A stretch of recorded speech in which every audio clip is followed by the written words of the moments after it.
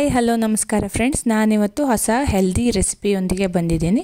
ಯಾರೆಲ್ಲ ನನ್ನ ಚಾನಲನ್ನು ಸಬ್ಸ್ಕ್ರೈಬ್ ಮಾಡ್ಕೊಂಡಿಲ್ಲ ದಯವಿಟ್ಟು ಸಬ್ಸ್ಕ್ರೈಬ್ ಮಾಡ್ಕೊಳ್ಳಿ.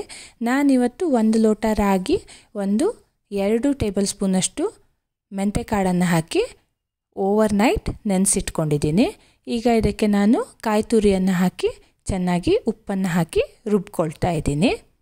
ತುಂಬಾ ಈಸಿ ಆದಂಥ ಮತ್ತು ಹೆಲ್ದಿ ರೆಸಿಪಿ ಕೂಡ ಹೌದು. ರಾಗಿ ನೀರು ದೋಸೆ ಈ ರೀತಿ ಬ್ಯಾಟರನ್ನು ನಾನು ರೆಡಿ ಮಾಡ್ಕೊಂಡಿದ್ದೀನಿ.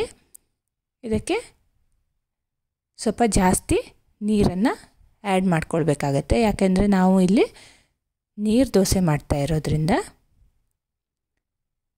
ಈ ರೀತಿ ಕನ್ಸಿಸ್ಟೆನ್ಸಿಯಲ್ಲಿದ್ದರೆ ತುಂಬಾ ಚೆನ್ನಾಗಿ ಬರುತ್ತೆ. ಈಗ ತವಾ ಕೂಡ ಕಾದಿದೆ ಚೆನ್ನಾಗಿ. ಈಗ ನಾವು ನೀರು ದೋಸೆಯನ್ನು ಮಾಡ್ಕೊಳ್ತಾ ಇದ್ದೀವಿ.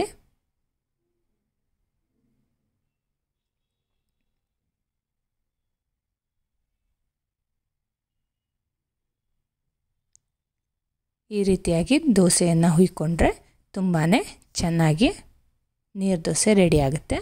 ಇದಕ್ಕೆ ನಾನು ಸ್ವಲ್ಪ ಮೇಲಿಂದ ತುಪ್ಪವನ್ನು ಹಾಕ್ತಾ ಇದ್ದೀನಿ.